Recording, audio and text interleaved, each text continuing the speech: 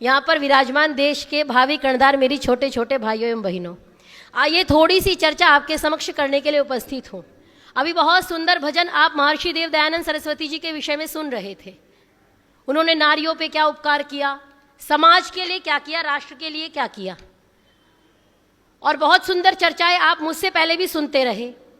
तो मैथिली शरण गुप्त बहुत सुंदर कवि हुए हिंदी के, जो हिंदी से थोड़ा भी परिचित होंगे वो जानते होंगे। उनकी बहुत सुंदर पंक्तियां हैं। हम कौन थे, हम कौन थे, क्या हो गए और क्या होंगे अभी, आओ मिलकर के विचारे ये समस्याएं सभी। इन्हीं पंक्तियों पर विचार करने के लिए आपके सामने उपस्थित हूं। हम कौन थे? हम बहुत कहते हैं कि हमारा गौरवशाली इतिहास रहा, हम ये रहे, हम वो रहे, हम विश्व गुरु रहे। क्या इतिहास था हमारा? आप विचार करो, जिस देश में मर्यादा पुरुषोत्तम श्री रामचंद्र जी महाराज जैसे लोग हुए, जिस देश में योगीराज श्री कृष्ण चंद्र जी महाराज जैसे लोग हुए, उस देश में भगवानों का इतना भाव हो गया कि साईं बाबा भी हमने पूजने पे ला दिए, इतना भाव हो गया। तो विचार करने की आवश्यकता है कि न्यूनता कहां रही, कमी कहां रही। आप विचार करो, धर्म की स्थापना के लिए आपको याद होगा जब महर्षि विश्वामित्र श्री राम और लक्ष्मण को लेकर के जा रहे थे तो एक हड्डियों का ढेर देखा। उन्होंने पूछा ये हड्डियों का ढेर कैसा है? तो महर्षि विश्वामित्र ने बताया कि कुछ राक्षस है, क्योंकि राक्षस तो हर काल में होते हैं, हर युग में होते हैं, बस उनकी प्रजातियां बदल जाती हैं, उनके कृत्य बदल जाते हैं, लेकिन रहते हमेशा हैं। तो उन्होंने कहा कि ये राक्षस है, और राक्षसों ने जो लोग यज्ञ कर रहे थे उन ऋषि मुनियों की मारा, हत्या की, और ये उनकी हड्डियों का ढांचा है, ये उनकी हड्डियां हैं। तो तब श्री राम ने प्रतिज्ञा की थी, निश्चर हीन करऊ मही, भुज उठाए प्रण कीनह। अर्थात मैं इस पृथ्वी को, इस धरती को राक्षसों से विहीन कर दूंगा। और राम जी कौन थे? राम जी वो थे जिनको देख करके हम जीते हैं, जिनके आचरण पे चल के हम अपने जीवन को उनके जैसा बनाना चाहते हैं। राम जी ने धर्म की स्थापना के लिए प्रतिज्ञा की, मैं धर्म की स्थापना करूंगा। वाल्मीकि रामायण को पढ़ के देखिए, तो महर्षि वाल्मीकि के पास जब चलते हैं, आप रामायण को उठाइए, बालकांड उठाइए, और जब चर्चा पढ़ेंगे तो उन्होंने बहुत सुंदर चर्चा की।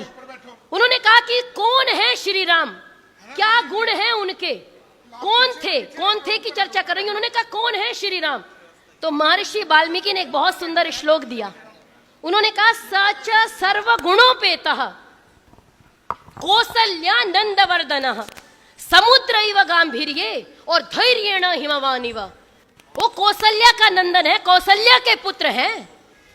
अब विचार कीजिए, सर्व गुणोपेतः, उनके अंदर सभी गुण विराजमान हैं, और धैर्येण समुद्र इव गांभीर्य, उनकी गंभीरता अगर देखोगे तो समुद्र के समान है, और धैर्य में वो हिमालय के समान है।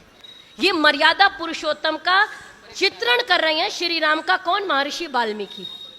और हमने क्या चित्रण किया? जो स्वयं कह रहे हैं कि धर्म की स्थापना करूंगा, राक्षसों से विहीन कर दूंगा, हम उनका नाम लेके कहते हैं कि अजगर करे न चाकरी, पंछी करे न काम, और दास मलुका कह गए सबके दाता राम। परिश्रम करना छोड़ दिया, मेहनत करनी छोड़ दी। राम जी तो स्वयं धर्म की स्थापना के लिए युद्ध कर रहे हैं, लेकिन राम जी को मानने वाले लोग क्या कर रहे हैं, ये विचारणीय है। हम भगवान को या किसी भी महापुरुष को अपने हिसाब से मानते हैं, उनके हिसाब से नहीं मानते। वो क्या थे, हमको क्या मानना है वो मानेंगे। जैसे राम राम राम राम राम राम कहिए, और जाहे विधि राखे राम। सुना होगा ना आपने, जाहे विधि राखे राम ताहे विधि रहिए। भाई तू शराब पी रहा है, थोड़ी देर में नाली में गिर जाएगा, और पड़ा पड़ा अगर कहे कि जाहे विधि राखे राम, आप विचार कीजिए क्या सही है? आपके सामने धर्म की हानि हो रही हो और आप मौन बैठे हैं, और आप कहें जाहे विधि राखे राम। भाई भाई के लिए जरा सी मेड़ इधर से उधर हो जाए तो तुरंत गला काट देते हैं। आप अखबार उठा के देख लीजिए, और जाहे विधि राखे राम, यही करते हैं। भूल जाते हैं माँ भ्राता भ्रातरम द्विक्षण वेद का संदेश क्या है। जब अपने पे आती है, हमको बहुत चीजें पता है, लेकिन जब दूसरे के बात हो, दूसरे पे आए, तब पता है। भाई भाई के लिए छोटी सी जमीन का टुकड़ा इधर से उधर नहीं हुआ तो भूल गए जाहे विधि रहे राम, जाहे विधि राखे राम। राम जी ने कब कहा कि भाई का वध कर दो? राम जी ने कब कहा कि जमीन के टुकड़े के लिए भाई की हत्या कर दो? राम जी ने कब कहा कि धर्म पर प्रहार हो तो तुम मौन रहो? नहीं, हमको पंक्तियां बदलनी पड़ेगी। राम राम राम राम राम राम कहिए, और चाहे विधि राखे राम नहीं, चाहे विधि रहे राम ताहे विधि रहिए। अगर ये लाइन आ जाए, चाहे विधि रहे राम, भाई के लिए इतने बड़े राज्य को ठोकर मारने का उदाहरण बताइए हमारे देश के अलावा किसी देश में हो तो। लेकिन फिर भी हमारे देश में भाई भाई की हत्या हो जाती है। आप बताइए, इतना बड़ा त्याग का अनुपम उदाहरण कहीं मिलेगा? नहीं मिलेगा। लेकिन फिर भी आज जितना पतन हमारा हो रहा है, अन्य किसी का नहीं हो रहा। अपि स्वर्णमयी लंका न में लक्ष्मण रोचते, सब सुनते हैं, सारे दृष्टांत जानते हैं, लेकिन देश के लिए, समाज के लिए, राष्ट्र के लिए कितना समय हम निकालते हैं, ये विचार करने की आवश्यकता है। चाहे विधि रहे राम, जिस दिन ये लाइन अपने जीवन में धारण कर ली, आपका परिवार सुधर जाएगा, समाज सुधर जाएगा, मोहल्ला सुधर जाएगा, राज्य सुधर जाएगा, पूरा राष्ट्र सुधर जाएगा।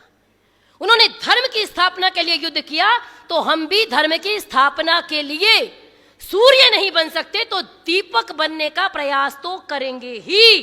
अगर ये संकल्प प्रत्येक व्यक्ति लेगा तो निश्चित रूप से परिवर्तन आएगा। तो याद रखिए, चाहे विधि रहे राम। मैंने कहा ना, हम कौन थे? हम वो थे जो धर्म की स्थापना के लिए लड़ जाया करते थे, संघर्ष किया करते थे। सेना नहीं बुलाई, जो लोग पास में थे उनको लेकर के युद्ध किया, उनको एकत्र किया, उनको इकट्ठा किया, और अपने राज्य से दूर थे, अयोध्या से दूर थे, उसके बाद धर्म की स्थापना के लिए संघर्ष किए। हम राम जी को मानने वाले लोग, राम जी संध्योपासन करते थे, कितना संध्योपासन करते हैं? राम जी ने अपने कुल की मर्यादा के लिए, अपनी स्त्री की रक्षा के लिए इतना बड़ा युद्ध रच दिया और जाकर के लंका में रावण का विनाश किया। हमसे तो आज समझ में ही नहीं आ रहा कि हमको क्या करना है और किस दिशा में जाना है, क्या संस्कार देना है। हम कौन थे? हम वो थे जो स्वाभिमानी थे, हम वो थे जो धार्मिक थे, हम वो थे जो सर्वगुणोपेता वाले राम जी को मानते थे। हम क्या हो गए? आज हमने राम जी को दलित विरोधी बना दिया। यही चल रहा है ना, शंभूक वध किया था। एक एक लांछन हर महापुरुष पे लगा दो जिससे कि लोगों की आस्था हिल जाए। राम जी स्त्री विरोधी थे, यही षड्यंत्र चल रहा है, यही प्रोपेगेंडा चल रहा है, और हमको लगता है हाँ सही चल रहा है, कोई बात नहीं।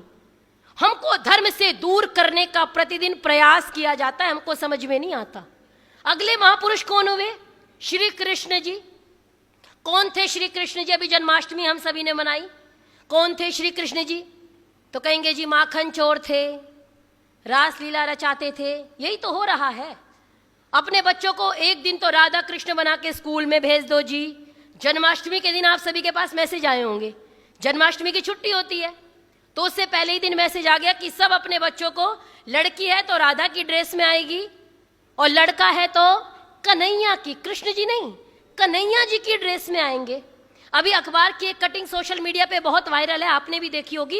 एलकेजी में एडमिशन कराया है, किसका? लड्डू गोपाल का। कौन सी कक्षा में? एलकेजी में। आप विचार करो, इससे ज्यादा पतन शायद किसी समाज का नहीं हुआ जितना हमारा हुआ। एलकेजी में एडमिशन हो रहा है, बाकायदा फीस भरी जाती है, बाकायदा बस का किराया दिया जाता है, उनके लिए सीट रखी गई है। आप एक तरफ तो कहते हैं वो भगवान थे, हमको तो कहते हैं आप तो मानते ही नहीं, आपको तो मतलब ही नहीं। आप मानते हैं अगर वो ईश्वर भी है, अगर वो भगवान भी है, तो आप एलकेजी में एडमिशन कराने वाले होते कौन है भाई? कृष्ण जी कौन थे? कृष्ण जी वो थे जब महाभारत में युधिष्ठिर ने कहा मुझे राजसूय यज्ञ की चर्चा हुई, तो पता लगा अब युधिष्ठिर राजसूय यज्ञ करेंगे। उन्होंने कहा मैं श्री कृष्ण जी को बुलवाना चाहता हूं, उनसे सलाह करना चाहता हूं। वो हर कार्य उनसे सलाह करके करते थे। अब श्री कृष्ण जी को बुलाया गया। श्री कृष्ण जी जब आए तो श्री कृष्ण जी ने कहा कि आप तब तक ये यज्ञ पूर्ण नहीं होगा जब तक जरासंध नाम का जो राजा है, अगर वो नष्ट नहीं होगा। उसने 86 राजा बंदी बनाए। अब जैसे तैसे उन्होंने नीति से, बहुत नीतिमान थे श्री कृष्ण, जरासंध का वध करा दिया। जब वध हो गया तो उन्होंने कहा राजसूय यज्ञ किया जाए। राजसूय यज्ञ में अर्घ्य पूजा देने की बात आई, तो कहा कि अर्घ्य पूजा किसे दी जाए? तो भीष्म पितामह ने कहा कि इस सभा में वेद वेदांग तत्वज्ञों, कितनी बड़ी बात कह रही हैं, वेद वेदांग तत्वज्ञों अर्थात वेद और वेदांग के ज्ञाता थे। कौन? वेद वेदांग विज्ञानम बलम चाप्यधिकम तथा। किसके लिए कहा जा रहा है? श्री कृष्ण जी के लिए, जो वेद वेदांग को जानते हैं और केवल वेद वेदांग को नहीं जानते, बलम चाप्यधिकम तथा, बल में भी अधिक है। नृणाम लोके ही कौन्योस्ति, इस सृष्टि पर उनके अतिरिक्त कौन है? केशवाद्रिते विशिष्ट केशवाद्रिते, केशव के अतिरिक्त ऐसा कोई नहीं जिसकी अर्घ्य पूजा की जाए, इसलिए श्री कृष्ण की अर्घ्य पूजा की गई। तब वहां पे शिशुपाल की चर्चा आती है। आप विचार करो, जिनके लिए भीष्म पितामह जैसे व्यक्तित्व कह रहे हैं कि वेद वेदांग विज्ञानम, हम क्या, हमारी औकात उनके सामने, हम उनका एलकेजी में एडमिशन कराते हैं। इससे घोर पतन। आप कहते रहिए हम कौन थे, इसीलिए कहती हूं हम कौन थे। हम वो थे कि भगवत गीता तो पढ़ेंगे, और भगवत गीता में क्या कहते हैं कृष्ण जी? परित्राणाय साधूनाम विनाशाय च दुष्कृताम धर्म संस्थापनार्थाय संभवामि युगे युगे। परित्राणाय साधूनाम और विनाशाय च दुष्कृताम, दुष्टों के विनाश के लिए पृथ्वी पे आया। अगर मैं आया हूं तो धर्म की स्थापना के लिए, धर्म संस्थापनार्थाय। और हमने क्या कह दिया? ना ना, कृष्ण जी स्वयं कहते हैं मैं धर्म की स्थापना के लिए आया हूं। हम कहते नहीं नहीं, आप गलत है महाराज, आप धर्म की स्थापना के लिए नहीं आए। मनियारे का वेश बनाया, श्याम चूड़ी बेचने आया। हमारी आंखों में इतने निर्लज्ज हम हो गए कि अपने महापुरुषों का, अपने भगवानों पे जितने लांछन हमने लगाए, दुनिया का कोई मत मजहब संप्रदाय अपने उपासकों पे इतने लांछन लगा नहीं सकता जितना हमने लगाए। आप ये देखिए, इसको उत्थान कहते हैं या पतन कहते हैं। जो कह रहे हैं मैं धर्म की स्थापना के लिए आया हूं, हम कहते हैं ना ना, आप धर्म की स्थापना नहीं कर सकते। जो कहते हैं मेरे रथ को, अर्जुन ने कहा मेरे रथ को बीच में लेके चलो, मैं देखना चाहता हूं मुझे किन लोगों से लड़ना है। जब अर्जुन ने देखा ये तो मेरे पिता लोग हैं, मेरे पितामह लोग हैं, मेरे गुरु लोग हैं, मेरे चाचा है, मेरा ताऊ है, मेरा बेटा है, ऐसा कोई नहीं मेरा संबंधी जो युद्ध के मैदान में ना हो, तो उसने कहा नहीं नहीं, सीदंती मम गात्राणि मुखम च परिशुष्यति वे पथुश्च शरीर में रोमहर्षश्च जायते। सीदंती मम गात्राणि, मेरा शरीर कांप रहा है, मैं नहीं लड़ सकता, ये तो अपने लोग हैं।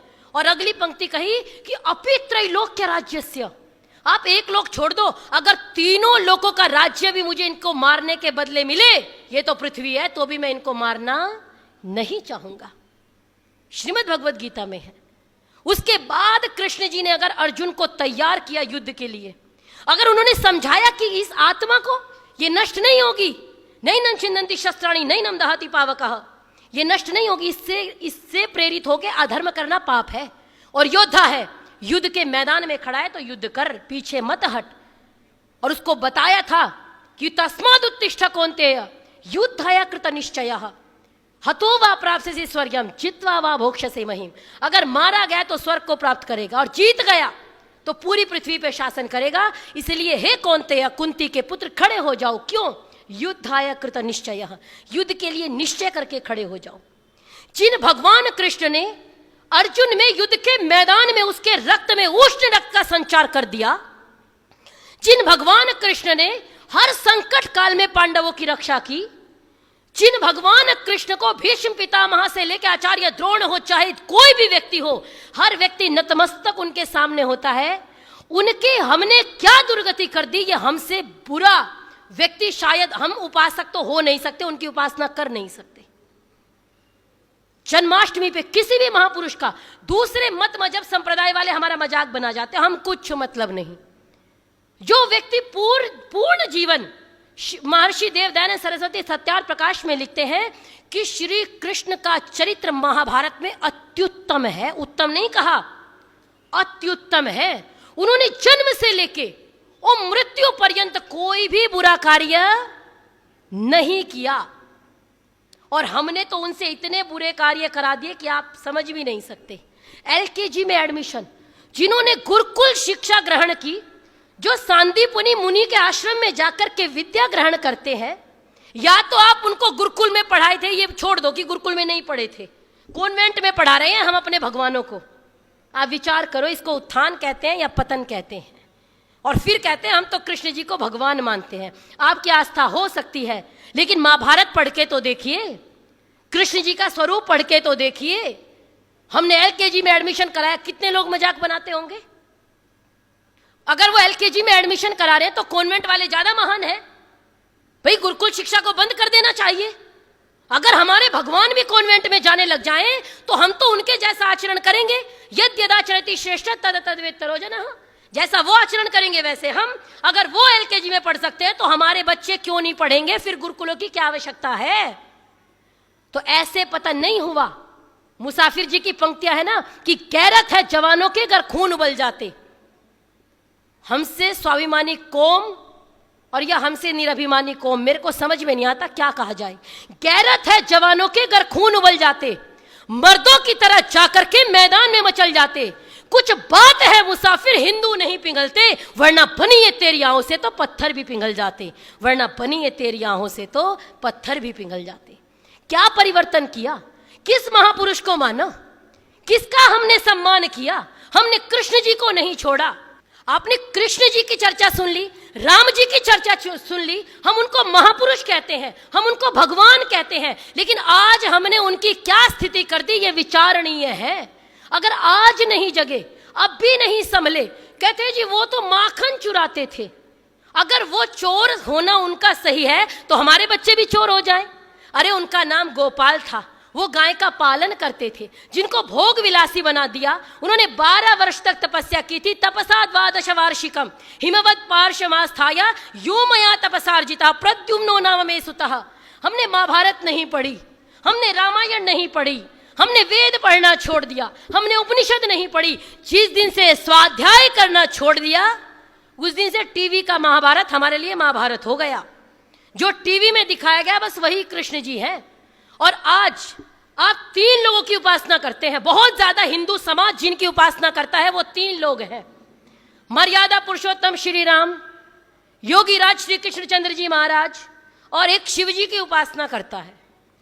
तीनों की बहुत ज्यादा उपासना होती है। अभी श्रावण मास तो पूरा ही शिव जी की उपासना में गया, आप सभी ने देखा भी होगा।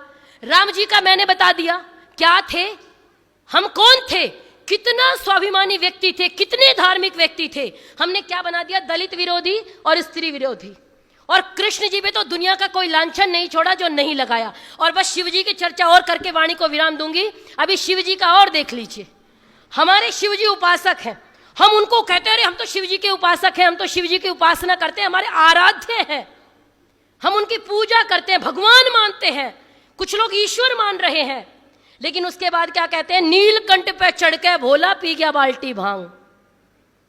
विचार करके देखो, इसको उत्थान कहते हैं या पतन कहते हैं। आज भी हमारी आत्मा नहीं दुखी होती, हमारा कलेजा नहीं कांपता। नीलकंठ पे चढ़ के भोला पी गया बाल्टी भांग, उनको नशेड़ी बना दिया, भंगेड़ी बना दिया। आप विचार करो, जिनके आराध्य हमने खुद के आराध्य स्वयं नशेड़ी बना दिए, गंजेड़ी बना दिए, तो हम स्वाभिमानी कैसे रह सकते हैं? अगर बस यही कहूंगी कि धर्म एव हतो हन्ति धर्मो रक्षति रक्षितः। सही उपासना कीजिए, धर्म का सही स्वरूप जानिए, स्वाध्याय कीजिए, वेदों का अध्ययन कीजिए, उपनिषदों का अध्ययन कीजिए। और महाभारत और रामायण बहुत आसान भाषा में उपलब्ध है। अगर श्लोक संस्कृत में पढ़ने नहीं आते तो हिंदी में ही पढ़ लीजिए, लेकिन कम से कम लांछन लगाने में हमारे ईश्वर, हमारे आराध्य जिनकी हमें उपासना करनी है उनको छोड़ दीजिए, क्योंकि अगर वो नहीं बचे तो हमारे पास स्वाभिमान के लिए कुछ रह नहीं जाएगा। और याद रखिए, अंधेरा बहुत घना है। स्वामी दयानंद तो एक अकेले इतने कार्य कर गए, तो वो ही वाली बात है कि हम दिव्य नहीं हैं दयानंद से, एक छोटी सी चिंगारी हैं, लेकिन जहां खड़े हैं वहीं राष्ट्र की अस्मत के एक पुजारी हैं। जहां खड़े हैं वहीं राष्ट्र की अस्मत के एक पुजारी हैं। तो स्वामी दयानंद के सिपाहियों को इन सब विषयों पे ध्यान देना चाहिए, क्योंकि इनके कारण हमारे देश का, समाज का, राष्ट्र का, और जिनको हम हिंदू समाज कहते हैं, सनातनी कहते हैं, लोग उनका उपहास उड़ाने लगे हैं। तो हम सभी को जागरूक होकर अपनी आवाज उठानी चाहिए। धर्म की रक्षा करेंगे तो धर्म हमारी रक्षा करेगा, और मारा हुआ धर्म आपका भी विनाश कर देगा। तो इसलिए वयम राष्ट्रे जागरियाम पुरोहिता, हम राष्ट्र के जागरूक पुरोहित बने और जागरूक रहेंगे तो निश्चित रूप से परिवर्तन आएगा। और अंतिम में दो पंक्तियां कहकर वाणी को विराम दूंगी। संस्कृति के हित जो कट जाए वो माथ मुझे दो, संस्कृति के हित जो कट जाए वो माथ मुझे दो, और जो गरीबों को उठा ले वो हाथ मुझे दो, और तड़प उठे पराई पीड़ा को देखकर, तड़प उठे पराई पीड़ा को देखकर, दिल वो दयानंद सा नाथ मुझे दो, दिल वो दयानंद सा नाथ मुझे दो। और घनघोर तिमिर का वक्ष चीर, एक अकेले महर्षि देव दयानंद कितनी क्रांति करके गए, सत्यार्थ प्रकाश दे के गए। हम इतने लोग यहां बैठे हैं सभा में, आज विचार कीजिएगा कितने लोगों ने सत्यार्थ प्रकाश पढ़ा है। मैं हाथ नहीं उठवा रही, लेकिन विचार करिए कितने लोगों ने पढ़ा है। उन्होंने गो करुणा निधि लिखी, हमने कितने लोगों ने गो करुणा निधि पढ़ी है, विचार करिए। उन्होंने आर्या भी विनय लिखी, हमने कितने लोगों ने आर्या भी विनय पढ़ी है, विचार करिए। उन्होंने व्यवहार भानु लिखी, तो विचार करिए कितने लोगों ने व्यवहार भानु पढ़ी है। तो जब तक पढ़ेंगे नहीं तब तक सुधरेंगे नहीं। अगर परिवर्तन लाना है तो स्वाध्याय करना पड़ेगा। तो महर्षि देव दयानंद सरस्वती जी के विषय में दो पंक्तियां कहकर वाणी को विराम दूंगी। घनघोर तिमिर का वक्ष चीर, भू पर उतरी थी एक किरण। जैसे आज चीर हरण करते हैं ना, द्रौपदी का चीर हरण सुना जाता है, लेकिन कृष्ण जी का हो रहा है वास्तविकता में। घनघोर तिमिर का वक्ष चीर, भू पर उतरी थी एक किरण। संदेश सवेरे का लाई, हम करते उसका अभिनंदन। और जंजीरों से जकड़े स्वदेश को राह दिखाई थी तूने, जिसको काल भी न बुझा सके वह क्षमा जलाई थी तूने, जिसको काल भी न बुझा सके वह क्षमा जलाई थी तूने। घनघोर तिमिर के आंगन में, घनघोर तिमिर के आंगन में तू बीज उषा के बोता था, आवाज लगाई थी तूने जब सारा भारत सोता था, आवाज लगाई थी तूने जब सारा भारत सोता था। धन्यवाद। इति